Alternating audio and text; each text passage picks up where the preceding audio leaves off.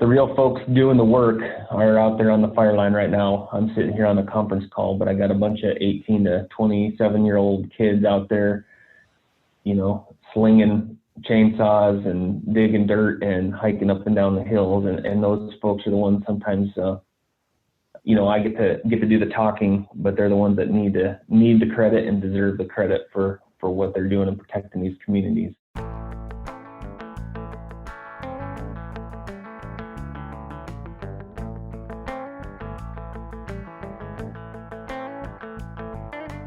Hello, and welcome to Out West, the official podcast of the Western Governors Association, a bipartisan organization representing the governors of the 22 westernmost states and territories. I'm Jim Ogsbury, Executive Director of WGA. This episode of Out West highlights the 2020 wildfire season and focuses on how fire managers are dealing with the coronavirus pandemic. Wildfire is a major issue in the West, and improving wildfire management is a high priority of Western governors. On September 4th, WGA Senior Policy Advisor Bill Whitacre spoke with Aaron Thompson, State Fire Management Officer for the Bureau of Land Management in Montana and the Dakotas. In the time since Bill and Aaron spoke, the Western U.S. has experienced a wave of unprecedented wildfires, including record-breaking fires in Oregon, Washington, and California. Hello, everyone. I'm Bill Whitacre, a Senior Policy Advisor for the Western Governors Association, here today to talk about wildfires and COVID-19.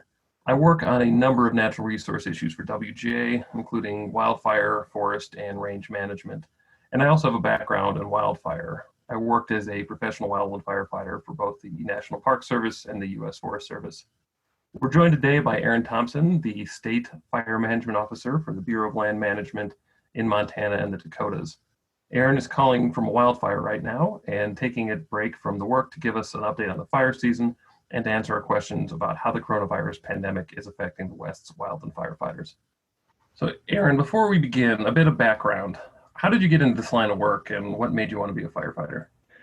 So I grew up in the Black Hills National Forest in South Dakota, and I have an older brother that became a wildland firefighter right out of high school. And I remember the day he came home with his red bag, and back then it was truly a red bag full of fire gear.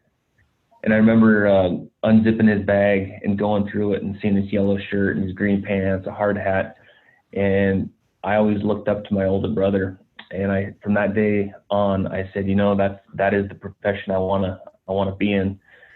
And as I got older, I realized that being a wildland firefighter, being outdoors, growing up in the forest, the love of the land, and then being able to provide a public service to our, to the American public is what I really had passion for.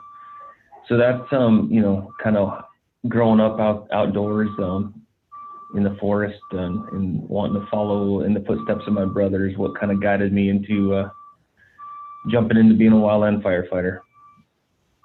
Great. Did you focus on one particular type of firefighting, like engines or hand crews or Helitech throughout your career?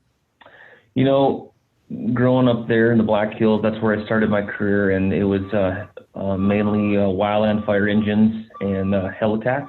But I knew at a young age that I wanted to be a fire manager someday, and I always felt like I needed to be well-rounded. And so, although I started my career on engines, I had the opportunity to get skills and qualifications in helicopters, hotshot crews, incident command. And so I wanted to be able to be well-rounded, but mainly focused on engines at an early age due to the proximity with the Black Hills National Forest.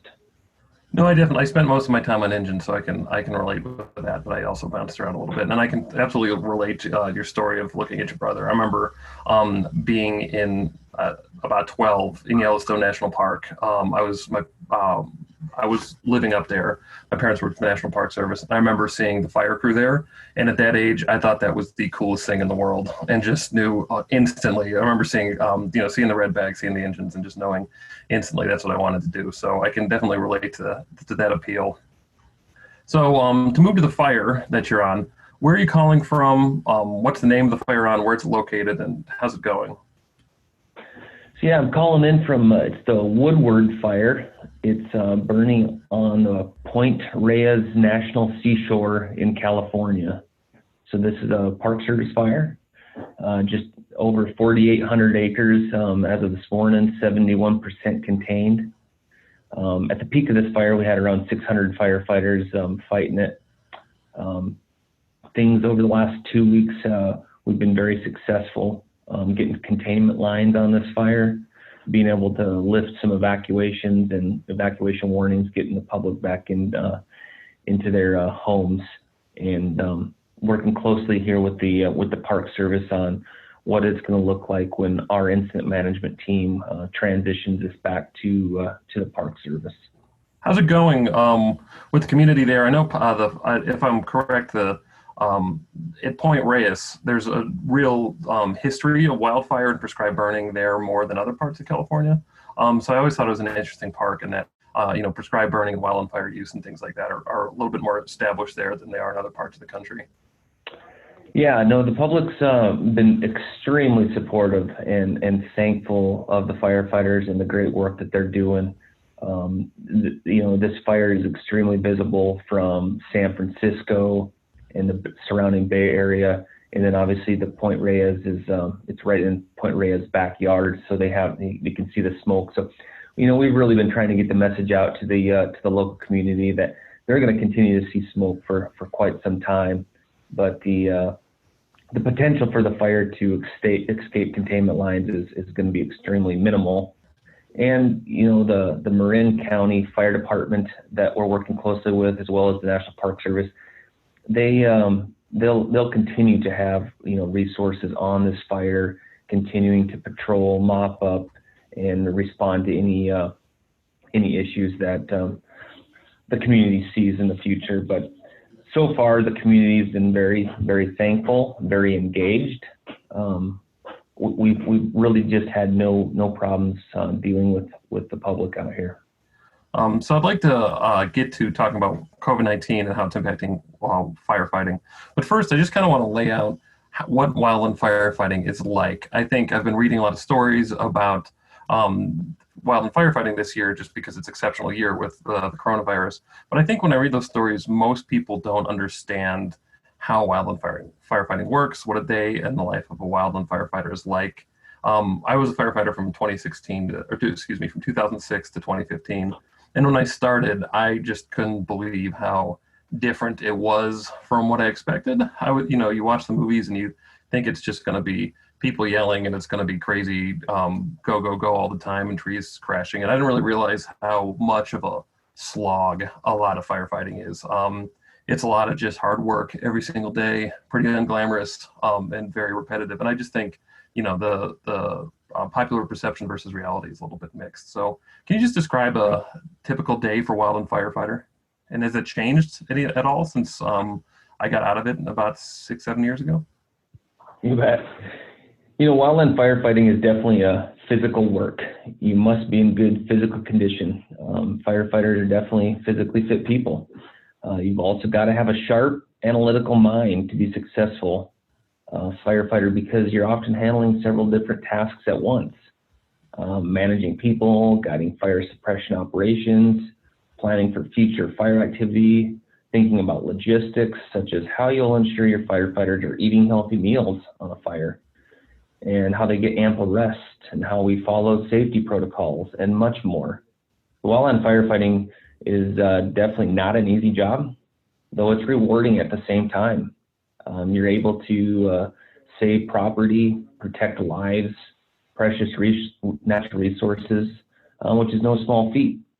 The day in the life of a firefighter on a large fire now starts at probably 5 o'clock in the morning, getting the crew, getting food, getting the tools ready for the day, going through morning briefings,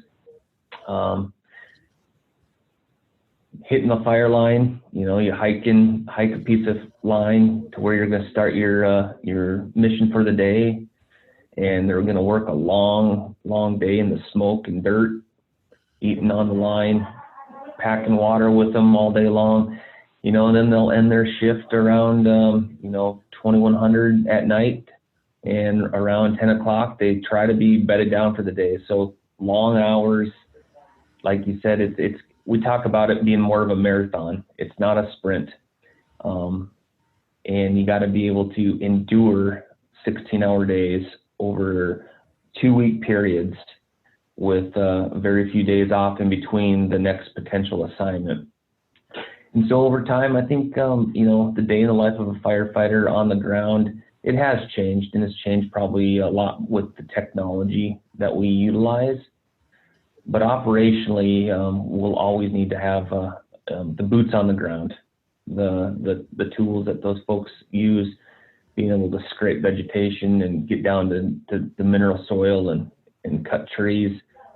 It's going to need to be always going to need to have that firefighter able to do that. But we've been able to, over time with technology, modify some of the approaches to how we fight fire. And I've heard that said before, just on the fire line, is that, firefighting, there's all this new technology and communications are incredible. And you get these new aerial assets to, drop retardant to water on a fire more effectively, but you still will always need somebody stirring mud with a shovel out in the woods. There's no way around that. So, I can imagine things change, but I can imagine the basic component of just getting out there and, the actual fundamentals of firefighting probably never will change. Nope, there's always going to be that need for the operational firefighter out there, but we're really, really learning a lot of new ways of planning and communicating and conveying the mission in the behind the scenes aspect of fire management. And so this year we've been hearing a lot about fire camp in the news, particularly as it relates to COVID-19 and coronavirus and just hygiene, and also the infamous camp crud. So can you just describe what fire camp is and the living and working conditions that make it so hard in a situation where you have a pandemic? Yeah, so a traditional fire camp can be 500 to 1,000, over 1,000 people out in a field. We set up a tent city, if you will, and so you're talking a lot of people coming from all over the country, so different vectors, living in close quarters, utilizing outhouses and portable showers, things like that. So the crews are working long days together in buggies, driving in vehicles together, extremely dirty. So, we used to talk about camp crud a lot, and we'd have the camp crud or a flu or virus go through camp once in a while, just based on some of the living conditions and hygiene that we would use in fire camps. And this year, due to COVID-19 and a lot of our mitigation measures with hygiene and hand washing stations and social distancing and cleanliness, I've been on 2 very large complex fires this year with, this one having over 600 people, the one in Arizona I was on earlier this summer, we had over 1,200 people at it. And we had 0 cases of camp crud. And I would really, that is a success to the hygiene and social distancing that we've instilled in our firefighters and fire camps. And so I think going forward, what we're learning is by putting some more, hand sanitizer out there, encouraging folks to spread out a little bit more, modifying the way that we live at fire camp and how we set fire camps up. Ultimately, we're staying much healthier, and the camp crud's been much less this summer as it has been in the past. That's amazing, actually, that in 2 fires that size, there were no instances of camp crud, because I think my experience was you'd get sick about August and you'd kind of feel bad through October, just because those fire camps were just so unhygienic, and you do your best, but it's just a bunch of dirty people. So I think to me that seems like a real testament that people are really changing their behavior and really taking this seriously. So that's really good to hear. So, how's COVID-19 impacting other wildland fire operations beyond just the camp? Is it affecting the way you actually go out and put out the fire or prescribe burns or things along those lines? Yeah, so while COVID-19 circumstances are rapidly evolving, the federal guidance continues to adapt with the situation. The BLM's responded to wildland fire incidents during COVID outbreaks. Basically, we're conducting wildfire suppression operations as we normally would, but we're using some different tactics to reduce COVID spread potential and thus protect our employees. We talk about we're following the module as one or the family unit concept, so crews operate much like families. Fire personnel, we're continuing to monitor their health daily to watch for symptoms. And if any employee notices symptoms, fire managers are working with them to immediately provide medical care if necessary and to isolate people so that to prevent the spread to other employees. And really, we're modifying the way we're setting up fire camps. We're we traditionally would put an incident command post, sleeping, food, maybe all in one location. And this year we're trying to spread out where the incident command post may be located miles away from the base camp where firefighters are sleeping. That way the incident management team can kind of stay separate, and the firefighters can stay separate. And we're modifying how we communicate. We're morning briefings nowadays we're doing it via radio, where we used to traditionally have 1,000 people standing shoulder to shoulder listening to a morning briefing. We're modifying that and doing it over the radio now, or through a Zoom platform and projecting it. Or firefighters are sitting in their engines and hotshot buggies headed to the fire line, and they're listening and watching the morning briefing via a mobile device.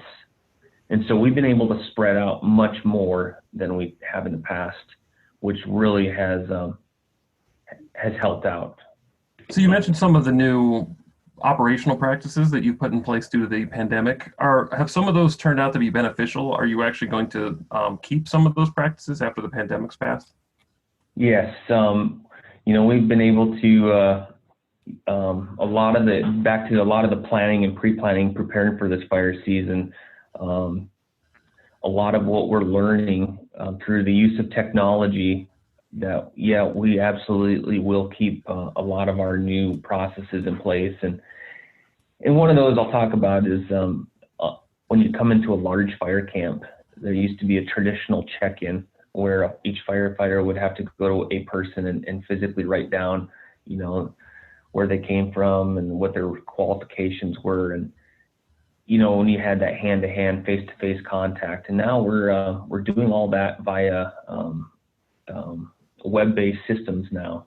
And so it's all virtual. So we're doing what we're calling remote check-in to fires.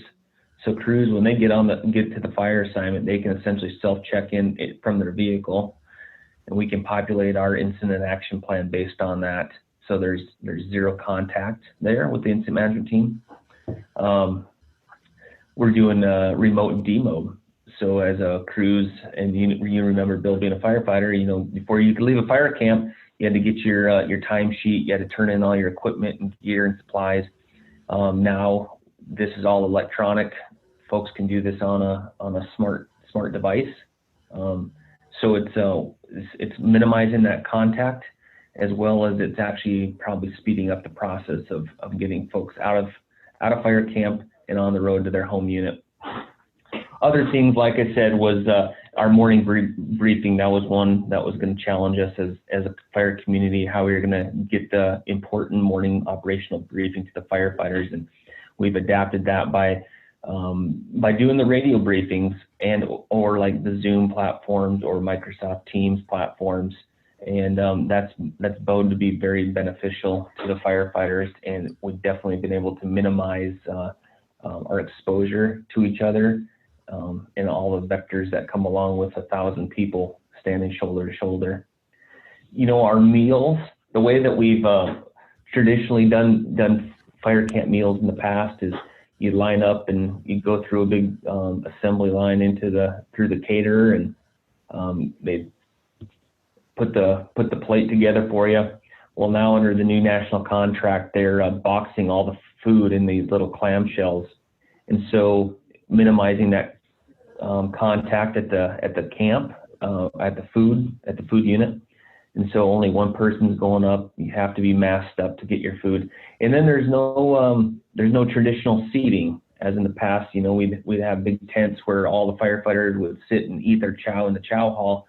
And this year we have none of that. So crews are getting their food in their little to-go boxes, taking them back to wherever they're sleeping, spread out, and they're eating as that module of one and family unit. So the best way I would say is talk about it as an incident management team is, the old system or the other system that we were traditionally used to was kind of battle tested for the last 50 years in wildland fire, and it worked pretty well.